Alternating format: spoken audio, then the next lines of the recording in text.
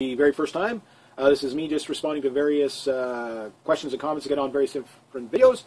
I never censor my comments. I always encourage people to jump in on the conversation, whether we agree, disagree, or agree to disagree. Always good to say your piece. All right, so anyway, let's move on. Anti-Semite was the expression used by the European Jews before the founding of Israel. I give you the false impressions that they were from the Middle East, historically. None were. Theodor Herzl, a founder of Euro-Zionism movement, uses the expression. It's still wrongly used and describes Jews as victims. Semites are indeed all those of the Middle East. Yeah, a lot of people don't know that. A lot of people, like basically Arabs are Semites, pretty much, you know what I mean? So yeah, but again, when you think about the indoctrination and the one-sided lopping of history and how it's told, then you understand why people think like that too, right? So, I currently ride an R1 Yamaha and love my Sumi helmet. Reg, protective gear is a must. I know you will love your sport bikes. Yeah, longest winter of my life, I tell you. In contrast is night and day. At 14, I walked in and purchased a motorcycle license for $15. I remember those kind of days. I own my 750 Honda Road to the next state. Have been riding since 6 years of age and have rode sport bikes all my life. I never was aware that any other countries. I was never aware that in other countries one had to go through so much just to ride. Enjoy your bike. It's always been a love of my life. Yeah, it wasn't always that way, but we do have leftist governments here in Canada. That's our biggest problem. Even our right-wingers believe in... It's the mass regulation in Canada is what really holds Canada back. It really does. Yeah. We all need to start speaking to the law. More goods aimed at the police and their handlers, Zionism. We need to plug the belief system inside their heads. Make them realize everything they are standing for also destroys their way of life and family values. I think a lot are realizing this. Relatives and the law of people for the people, made by the people, and not the Zionist politicians covering their arses so they don't have to, and I am referring to the politicians here, wake up the police and we can start making mass arrests. By stealth worldwide, arrest the cockroaches all in one swipe so they don't have any time to counter-react. See my meaning here? Well, that's what I'm wondering if Trump is going to do that. And that's something that I'm wondering, we'll only know after the inauguration. I think right after the inauguration, probably within 30 days, you're just going to see, bang, Rothschilds rounded up. Kissinger, Soros, Brzezinski, hopefully Clintons, Bushes, Obamas, Blairs.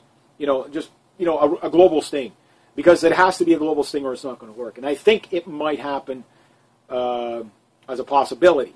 Will it happen? Will have to remain to be seen. I hope it happens. Why? When Eric Holder came out and said, well, these people are simply too big to jail, that's the first guy you start with. And yeah, all these people that are no longer, okay, you got Loretta Lynch in there now and then whoever the new guys come, they all need to be held accountable no matter how far back you go. Go back, whoever's left alive, audit them all, any of them that were of wrongdoing, they need to be held accountable. The idea that we're going to pardon the previous president for the actions of the last one, for his actions by the next president, that's got to stop. That can't be law anymore. You just can't do that anymore. People need accountability. And I think that's what the world is screaming out for, is rule of law and accountability. That's why I think the elites are basically losing. All right, happy Bud. Hey Bud, happy to see that you will be back on two wheels soon. I'm a new rider with an 83 Kawasaki LTD 440, first bike. Nice bike to start with. Any tips about that bike that I should know about? Thanks. Bud, dig all your videos. Well, I had the 84, 85. I believe mine was an 84. And you probably have the chain drive, not the belt drive. Mine was a 6-speed. Yours should be a 6-speed. The big one is don't let it run out of gas. That's the one. Make sure your tires are good. Make sure your brake fluid's topped up. Check the engine oil. Make sure everything's all tight and belt's tight. Make sure you ride the piss out of it. Ride it well. The only thing I would say about that bike, and bikes like it, any bike under 500 cc's, like this bike I got, I'm really paranoid on this bike. Not on the bike, when I park the bike. Get yourself like a little chunk of board. I've seen people use hockey pucks, whatever, that you can put down. These bikes, well, any motorcycle, you definitely, if you're in hot pavement on a hot summer day, you go into a gas station, those stands just melt right through the pavement. Next thing you know, you come back, your bike's on its side. So just get like a little piece of wood, throw it out, just enough to cover the stand. So it's just so that it displaces the bike. The big one is windy days with those. My bike would blow over in the yard, and I'd hear it. Pum! I run out. There's like a big wind. So park the bike if you know the wind's going to dominantly blow. Try to keep the bike out of the wind as much as possible. These little light bikes, they blow over. This bike with a big fairing on it, it becomes a big wind sail. So, and the side stands tend to be pretty short. The center stand, I don't know if the bike ever blew over on the center stand, but the center stands tend to dig into the pavement. So same thing, put a board or something under it. I never had any problems with that bike until I wiped it out. Like, it was a great little bike. I mean, I got, literally, I'm sure I got 75 miles to the gallon on the darn thing. It was just so economical. They're great little bikes. You won't be able to keep up with the big bikes. You'll go faster if you open it up full throttle. If you're going to do that, you're actually going to go faster with two people on it because the bike is so light at about 85 miles an hour that you feel the back tire just skipping off the ground. It's losing traction. It's kind of doing one of those Scooby-Doo things. With two people on it, you might hit 90 miles an hour with it. But you got 28 horsepower there, 6 speeds. Run the piss out of it. I never had a problem with mine, but mine was in really good condition. I always ran it on the cheapest gas possible. Sometimes I'd put ethanol in there. I think that's when I got the really good mileage, when I put the ethanol in there. But the bike would ping a little bit with the ethanol, like most motorcycles would. I don't know what I could tell you about that. Just enjoy it. Enjoy the hell out of it. Like, they were great little bikes.